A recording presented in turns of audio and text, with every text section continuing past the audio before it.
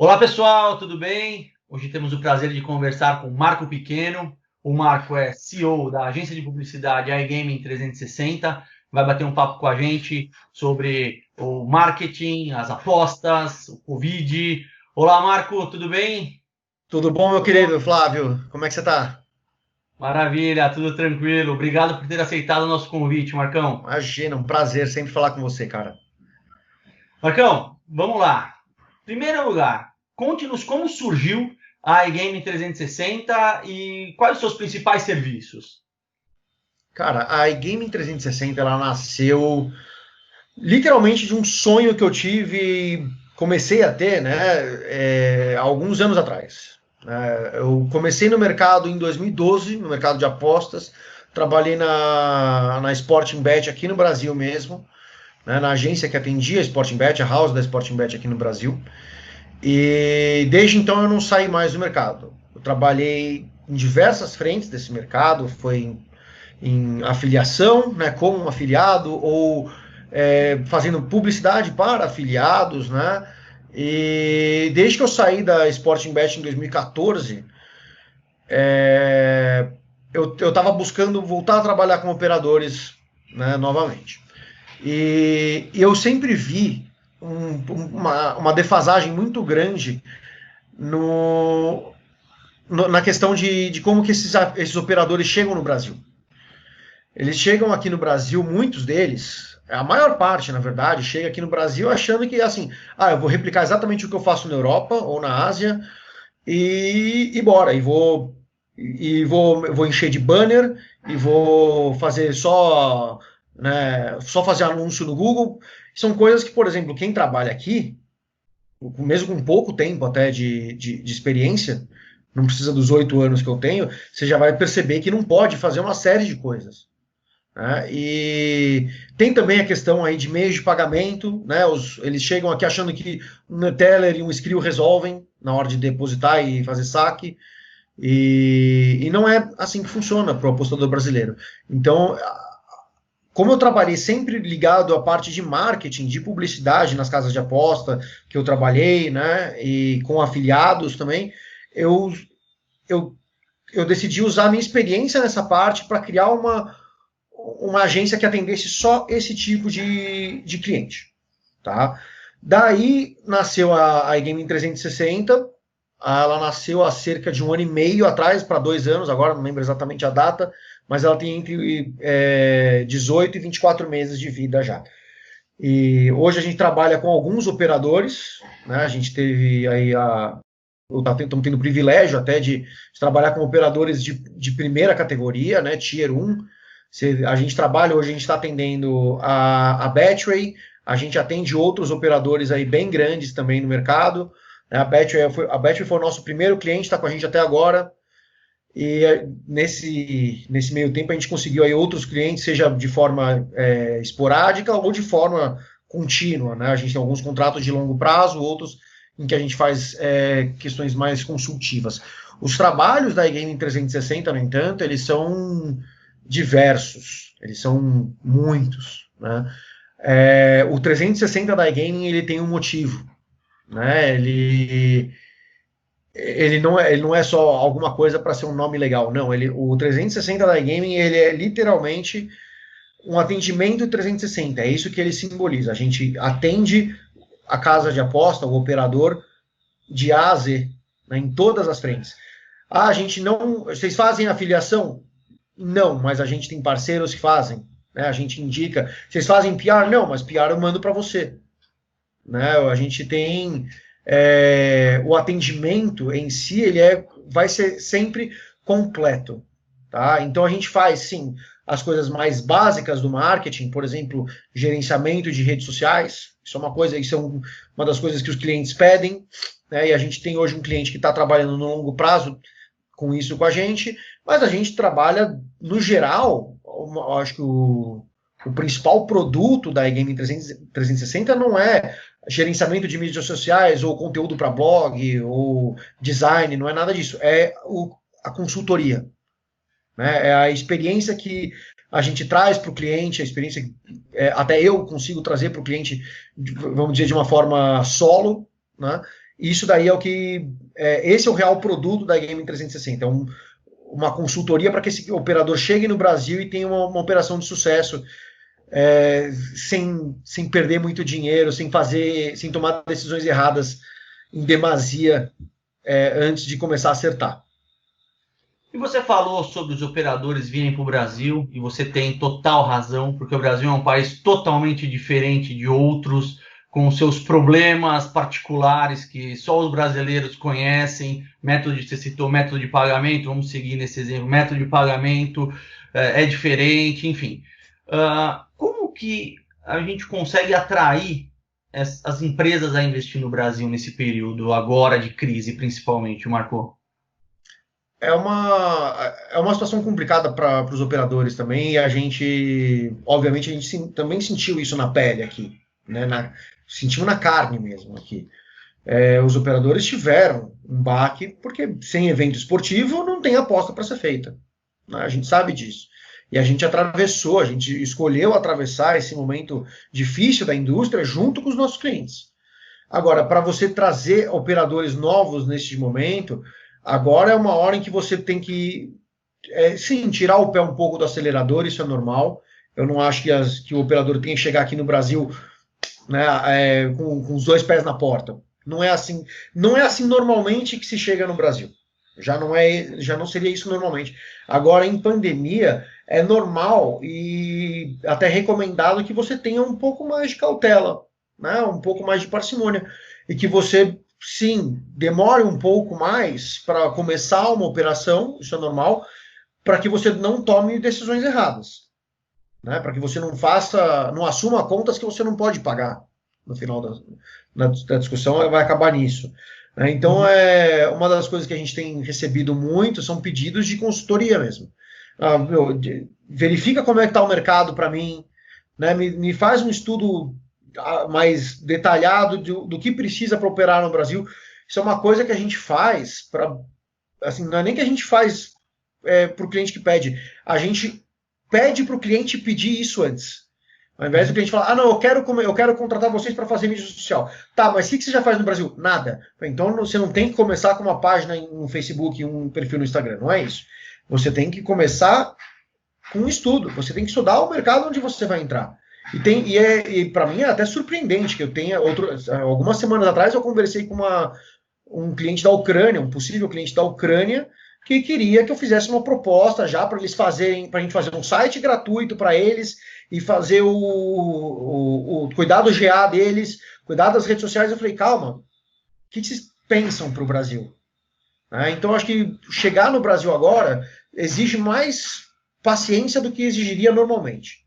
Mas aí acho que isso daí vai valer também para qualquer mercado. Enquanto as coisas não normalizarem em termos de evento esportivo, né? Não estou nem falando de novo normal da vida pessoal das pessoas, mas em relação a eventos esportivos, enquanto não normalizar, enquanto a gente não tiver um calendário confiável, é um pouco complicado você falar para o operador, venha que vai dar tudo certo. A gente sabe que vai, mas pode demorar um pouco mais e às vezes esse operador não está preparado para um jogo tão longo. E como publicitário, e enquanto uma agência publicitária, que é a iGaming 360, como você pode ajudar as empresas de apostas esportivas a se levantar aí depois da Covid, no período pós-Covid? Exatamente nessa questão de conhecimento de mercado, para você buscar contato e conhecer o seu cliente, né, o seu usuário, né, o cliente final. A iGaming 360 é uma empresa totalmente B2B. Né? Eu não faço serviço para consumidor final. Né? Eu não vou oferecer um serviço para o Flávio como pessoa física, por exemplo. Mas a Betway, que é a nossa cliente, vai oferecer um serviço para o Flávio pessoa física. Né? E eu preciso entender como é que eu faço para chegar em nome do meu cliente, como é que eu faço para chegar no Flávio, no Marco, no Alessandro, né, nas pessoas físicas, nos caras que querem apostar. A gente conhece muito bem, né, eu não quero ser arrogante, não é isso, mas também não posso ficar de falsa modéstia. A gente conhece muito bem o mercado brasileiro, a questão de como funciona a cabeça de um apostador médio brasileiro, né? Que tipo de conteúdo vai ser mais interessante para qual tipo de apostador. Hoje, por exemplo, a gente tem um cliente que está trabalhando com a gente com redes sociais que ele atinge muitos apostadores profissionais. A gente tem uma facilidade gigante de chegar nos apostadores profissionais. O problema dos apostadores profissionais eles são bons, eles são profissionais. E aí eles dão um trabalho, né, para o operador. E o grande interesse desses operadores está exatamente no apostador médio, que vamos jogar em termos gerais aí, no estereótipo, é o cara que vai toda quarta e sábado na caixa lotérica. É esse cara que a gente gostaria de ter com a gente. O cara que aposta pela emoção, porque a gente não é um site de investimento. A gente esses sites da Betway e outros clientes que a gente tem, e qualquer outro site de apostas, não é um site de investimentos. É um site de entretenimento. E a gente é o cara que vem se divertir com a gente. É esse cara que a gente deveria estar buscando. Então, para um operador entender isso quando ele está chegando no Brasil, pode ser um pouco difícil, porque o público da Europa, a mentalidade do apostador europeu, ela é totalmente diferente da nossa. A gente tem muita diferença já, por exemplo, do apostador brasileiro para o argentino e para o uruguaio. Imagina do apostador brasileiro para o apostador inglês. A diferença é brutal.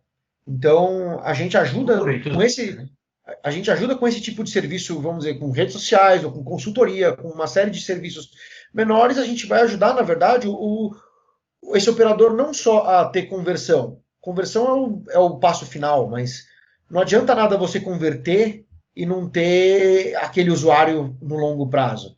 Converter é fácil, manter o usuário ativo dentro do seu site é o grande desafio. E o que a regulamentação das apostas, Marco, acarretará no trabalho da Game 360? Para mudar totalmente o que a gente pode fazer. A regulamentação, assim, a gente espera, pelo menos, né? As interpretações que a gente tem acompanhado, né, de pessoas entendidas do mercado, gente que eu recomendo, né, o Dr. Luiz Felipe Maia, um dos que eu recomendo, que está nessa linha de frente das discussões da regulamentação. Confio muito nas interpretações que ele traz para a gente, e as interpretações que a gente tem hoje são que vai liberar uma série de coisas que hoje não podem ser feitas em relação à publicidade. Por exemplo, eu não posso fazer anúncio no Facebook ou no Instagram falando cadastre-se agora e ganhe o seu bônus de boas-vindas. Eu não posso fazer isso. O anúncio é prontamente bloqueado. No Google a mesma coisa. Isso é uma coisa que a gente, pelo menos na interpretação que a gente tem hoje, que isso vai mudar. Tá? Que isso vai ser permitido. E isso vai ajudar como? Primeiro, não vai ser mais tão necessário gastar dinheiro com... Lógico, continua sendo positivo, né, que vai perder o seu valor. Mas eu não vou precisar enfiar um caminhão de dinheiro em TV aberta, ou em TV fechada, ou em patrocínios. Né? Eu não vou precisar depender só disso para ter uma comunicação massiva. Eu vou poder ter uma comunicação massiva online, ou aí com custo-benefício menor, né? Porque aí e principalmente traqueável, você consegue verificar quanto você está pagando pela impressão, pelo clique, e você consegue trabalhar conversão. Né? Você já é consegue né? Facebook, ele já está ali, já é meio caminho andado, né? Ele só não permite você falar de aposta. Né? A gente consegue fazer anúncio para os nossos clientes que são, né, operadores, mas não falam de aposta, a gente consegue. É um caminho difícil, não é um caminho fácil. Ele tem restrições, muitas restrições do que a gente pode fazer, mas é possível. E mesmo assim, eu posso fazer um anúncio falando, por exemplo, venha curtir mais o seu jogo de futebol com mais emoção no site e tal. Eu posso fazer isso? Posso. Isso o Facebook se pegar, vai bloquear. Fácil. Né? Se eles pegarem, o anúncio está bloqueado. Mas ele tem uma chance maior de passar, porque ele não está falando algumas palavras-chave. Ele não está falando de aposta, não está falando de odds, não está falando de cadastro, de bônus. Eu estou falando de emoção, eu estou falando de futebol. Essa é a ideia. Né? E isso ainda mesmo que não possa, tem uma possibilidade maior de passar despercebido, vamos dizer. E a gente consegue fazer isso para os nossos clientes hoje. Mesmo isso não gera altas conversões, porque eu não posso ter um link, por exemplo. Eu não posso linkar com o site oficial, eu não posso linkar com uma landing page. É complicado, porque isso vai gerar um ban no anúncio, eventualmente um ban na conta. Tudo bem, você vai lá e cria uma conta nova. Você pode tentar fazer? Pode, mas você vai ter que ficar criando conta atrás de conta. E o Facebook tem, vamos dizer, o direito de ter punições mais brandas baseadas simplesmente nos termos e condições deles. Né? Se eles quiserem, por exemplo, excluir uma conta, podem. Ninguém pode reclamar. É privado, então tem muito que eu possa fazer nesse sentido. Ficou claro. Marco, gostaria das suas considerações finais, por favor. Tá bom, ficamos aqueles 15 minutinhos que a gente comentou já foram, né? Você consegue editar aí? O papo foi bom, foi esclarecedor. Dá uma editada depois, a gente deixa dentro de um tempo legal aí. Tira essa parte também. Acho que não vai ser necessário. Cara, em termos de considerações finais, eu acho que eu tenho uma mensagem positiva, né, para os operadores que estão querendo vir para o Brasil. Sim, precisa de paciência, mas o futuro aqui é promissor. O futuro no Brasil ele é muito brilhante. A gente tem aqui um potencial de apostas muito grande, né? A gente tem uma questão cultural com as apostas que é no país inteiro. Você tem no Rio de Janeiro, você tem o Jogo do Bicho, no Nordeste você tem assim uma cultura de apostas totalmente diferente. A gente não se lembra muito disso, mas quando a gente é criança, a gente já está apostando, né? A gente chega para o nosso coleguinha na escola e fala: eu aposto uma coca que eu faço a cesta daqui. A gente tem isso desde criança, a gente está apostando qualquer coisa desde criança.